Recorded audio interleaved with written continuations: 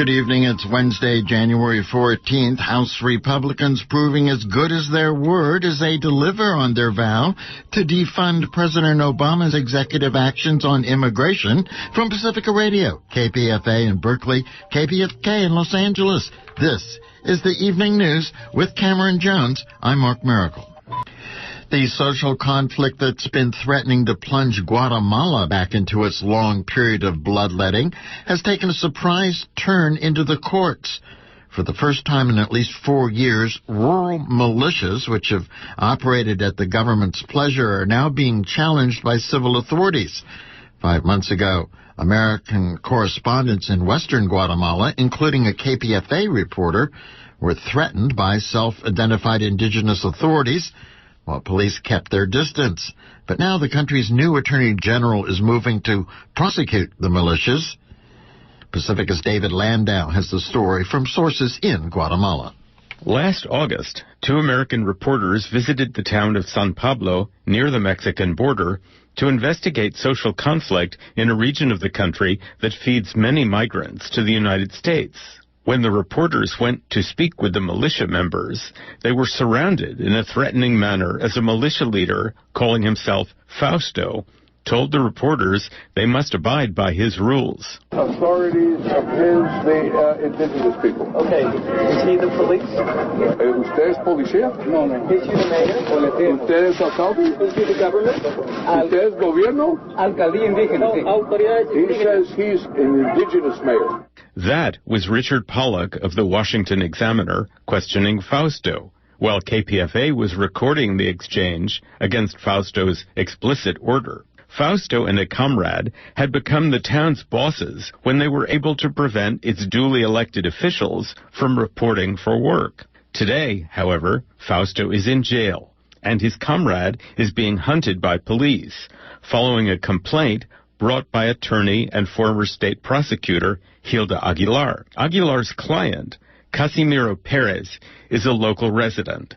He says that in September 2013, he was ordered by the militia to take part in demonstrations against a hydroelectric project. When he refused, Casimiro says, he was told he must pay a large fine and contribute forced labor. Yo fui castigado. I was ordered to carry heavy stones. I did it because I was threatened. They said that if I didn't keep carrying the stones, they were going to punish me more harshly. They said they were going to take me from my house and set me on fire with gasoline. They kept me in a clandestine prison for hours at a time. They grabbed my wife, pulled her out of the house, and threw her into the prison where they had put me. They also grabbed my kid, whose name is Axel Ronaldo, and put him into the prison with me. Since those days, I don't sleep soundly. I don't feel secure in my own home. I keep thinking of the threats they made against me. I'm worried that they will take me out of my house and set me on fire. Attorney Aguilar had served in the Justice Ministry under the previous Attorney General, who designated militias like this one as human rights groups and didn't prosecute them. Indeed, that Attorney General forced Aguilar out of the ministry after Aguilar had refused to act in accord with the policy favoring the so-called human rights groups. But then, last May, a new Attorney General took office. The Justice Ministry in Guatemala is semi-autonomous and has some independence from the executive. Aguilar, now a lawyer in private practice, says that she saw a chance to work for a new policy regarding the militias.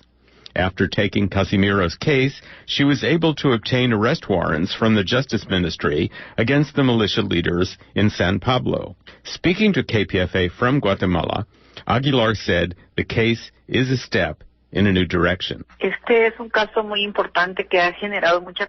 is important and has made for a lot of controversy. The state has neglected its duty by allowing those individuals to take away the lawful authority which belongs to it alone.